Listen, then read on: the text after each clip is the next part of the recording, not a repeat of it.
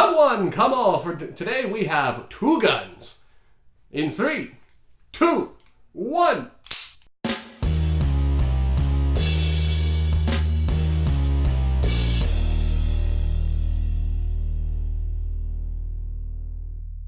Hey, how's it going? This is David. And this is Michael.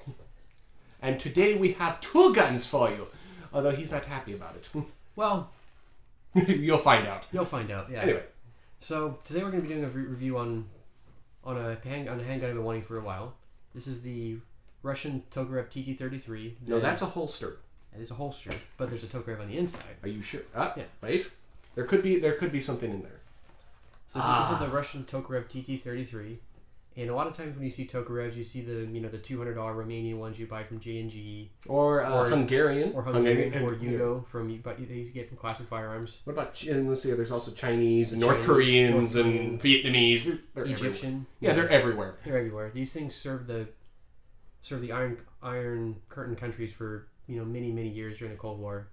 But first, let's take that away because we need to go over a little bit of history behind the pistol. Yeah. This basically, the pistol basically came around, the base model of it, which was the TT-30, came around 1930, of course. Because what they were looking for, the Russian military was looking for something to replace the Nagant 1895 revolver, so they had military pistol trials in 1930. And what's his name?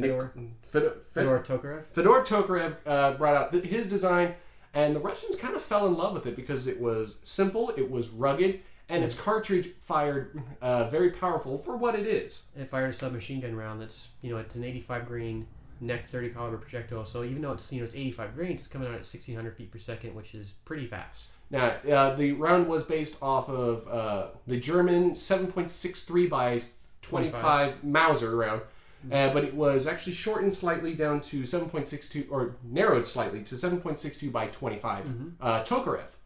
And it actually is a stout little round. It fires quick, and it is a very, like I said, it's a stout round. What it is, and it's not uncomfortable to shoot either, like you would expect with Makarov or a Walther PPK. And like we said, the first model that came out was a TT-30, which looked pretty similar to this. I mean, this is going to be a little bit different with the serration because it's a post-war model.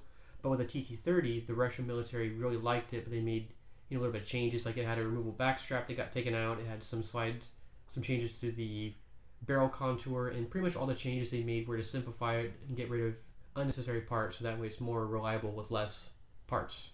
Now, the TT-30 would be converted over the first about 5 years of its life, about first 4 years of its lifespan, into the TT-33 model.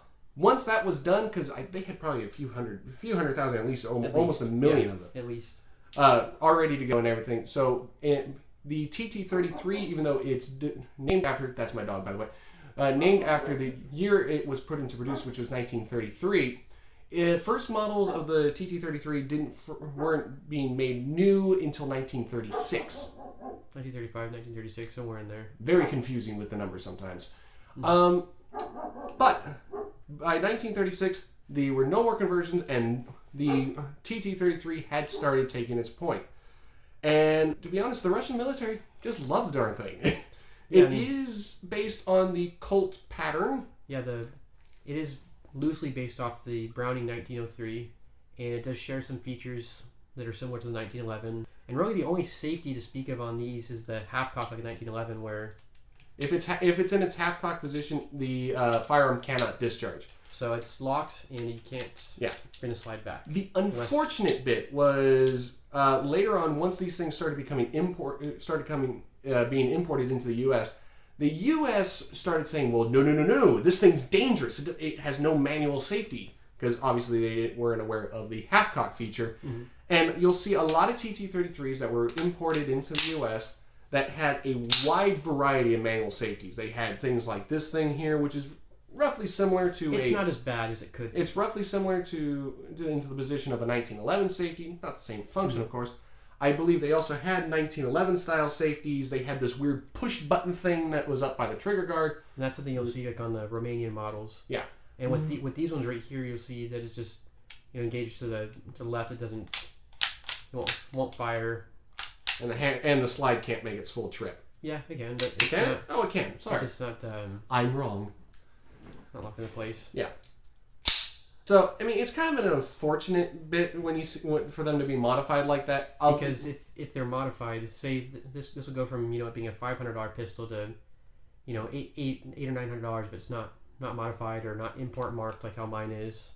Down to a $500 pistol, which is still nice. It's a good pistol, especially the example we have here is very well put together. I mean, the cooling is perfect, so we can pretty much guarantee this. It probably wasn't issued in the military, but if it wasn't, it was probably a police gun. Yeah, it was probably also made post-war. It was that one's 1952. 52. And this was made by the EGF's Arsenal. Arsenal.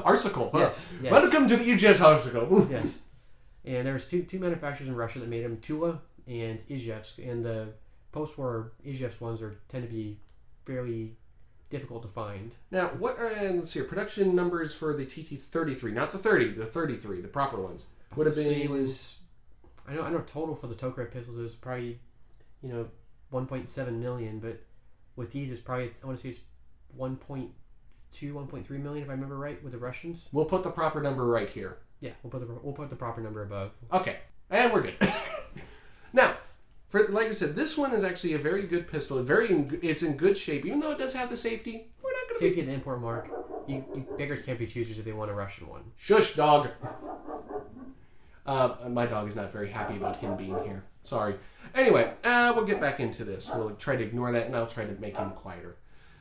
As far as the TT-33 platform goes, I like it for the most part because I'm a huge fan of 1911s. As you saw in our overview, I did buy one recently, and I absolutely adore them. I don't know. There's something off on this thing. I don't know if it's because I think maybe it's the frame is a little bit chunkier. It's kind of a chunkier frame, and I also think it's because of that grip is like perpendicular, and it just, I don't know. It's more comfortable. Yeah. No, it isn't. Well, the 1911. This is not more comfortable than 1911 is more comfortable. I was saying 1911 is a little bit more comfortable. I was about to say, if you try to say this thing's more comfortable than a 1911, I was going to be very angry with you. Okay. All right, and this one, very good. I do enjoy this. Now, we do have this one. As we saw the other one, we have another one. And this one... If you're a purist... avert your eyes. Yeah. That's going to be one of our mainstays of this. We have this one, which is... do we want to... this one is another Tokarev from 1947. So it's another post-war, but... Someone decided that they didn't like the way it looked. They didn't like it like this. Admittedly, though, from what we can see from like the barrel crowning and the slide, it was probably in fairly rough shape by the time they got to it. And they probably had little to no finish, and they decided to. And they probably didn't really understand the full value of it. But I wouldn't even call this a refinishing. This is a painting. Yeah, it's a powder coat or it's something. It's paint. Yeah. But so it's just kind of an unfortunate thing, really. Because this one, no import mark. And no manual safety. And no safety. This was brought into the country probably sometime... Before 1968, before it was required to be stamped or required to be, safetied. So Clinton safety, yeah. So it was a very... These things are very sought after. And so in this configuration, it went from probably about a $900 gun to about... Two or three, unfortunately. And that's not the worst part. Yeah. The painting's one thing. Someone decided it'd be a great idea, in case we didn't know what this was, to grind off the serrations and then stamp Tokarev TT-33. Yeah, don't ask me what he's smoking because I really don't know. Everything. Yeah. But so unfortunate. The thing is, this thing shoots really well. They both do. Yeah. They fire absolutely brilliantly. And just, this thing is just, I'm so sad about it. I mean, the slide is... It's a little bit gummy, but... There it goes. Slide. I'm so sad. This one also fires the 7.62 by 25. There's no difference between that. Mag is... It's Hungarian. And in case we didn't mention it, a lot of pistols in the time period fire 8 rounds. This is no exception. This holds 8. Now you will find Romanian, Hungarian next up. That'll fire 9. Actually, it's just the Yugo that fires 9. Just the Yugo, okay. Because the frame's a little bit longer, and it's only the difference with the Yugo M57. Yeah, usually when Yugos recreate a Russian design, they change it to a certain point. Mm-hmm. And the difference with the Yugo models is the Yugos can only use Yugo mags since they hold 9, and the frame's a little bit longer. Versus with this, these can use any mags. Like that one's using a Hungarian mag. I just noticed something on this. The slide matches the receiver too. And the worst thing is, they couldn't have used a non-numbers matching gun. This is a fully numbers matching gun. No, and they couldn't. I mean, if they had done it to that one, I would have felt less bad. Yeah, this thing though, why? We need to fix this. Why, Bubba? We're gonna be we're gonna be looking into that. We're gonna be looking and doing some rebluing, but like we said, both of these pistols shoot extremely well. And we actually got 2 videos to show you that of actually firing it down the sights to show you what you would see once you're firing it. Yeah. As far as refinishing this go, we'll probably have some sort of chapter 2 or something revisit coming in once we get that done. Yeah, because we're not sure how bad this finish is going to be off. We're thinking of starting with like an acetone bath and let it soak to see how that does. Then and we'll go from there. Yeah. Yeah.